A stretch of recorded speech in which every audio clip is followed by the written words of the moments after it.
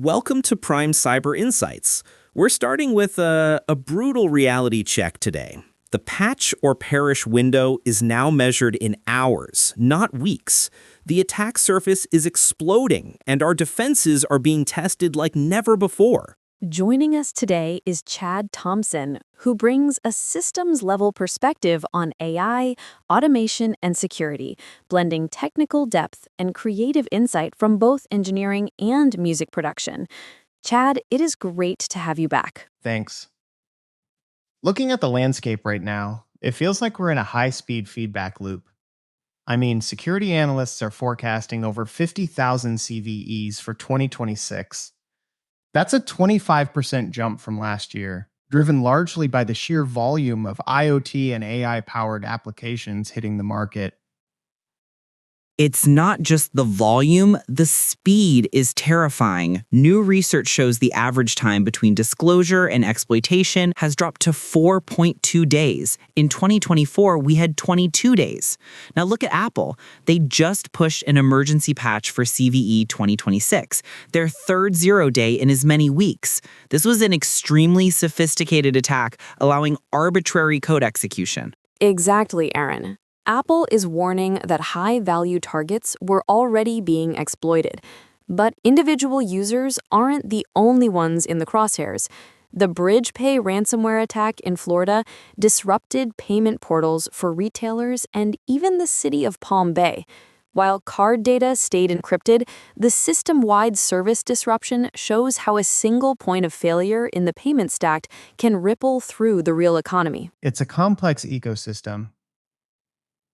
That's why the coordinated disclosure event we saw this week was so critical. Over 60 vendors, including Cisco, Oracle, and S-AP, released patches simultaneously through the CERT Coordination Center. From a systems perspective, this is the industry trying to harmonize its response to vulnerabilities that were actually shared months ago.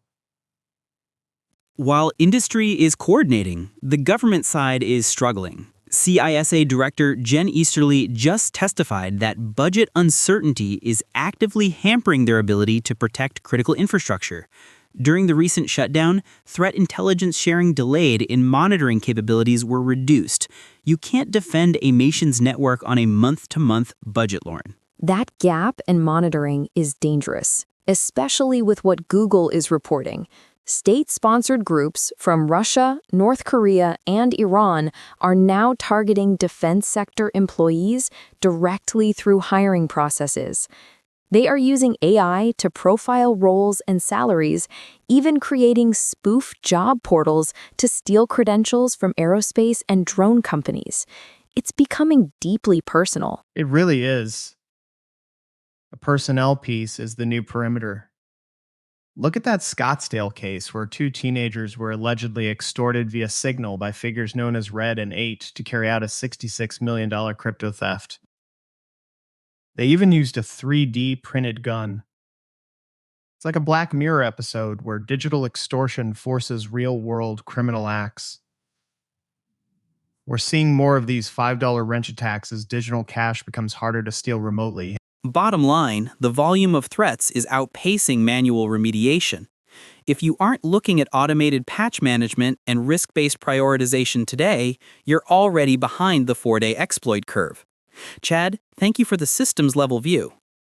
And thank you for listening. We will continue to track these evolving threats to keep your digital resilience high. I'm your host, signing off for now. This has been Prime Cyber Insights. For the latest updates and resources, visit pci.neuralnewscast.com. Stay secure.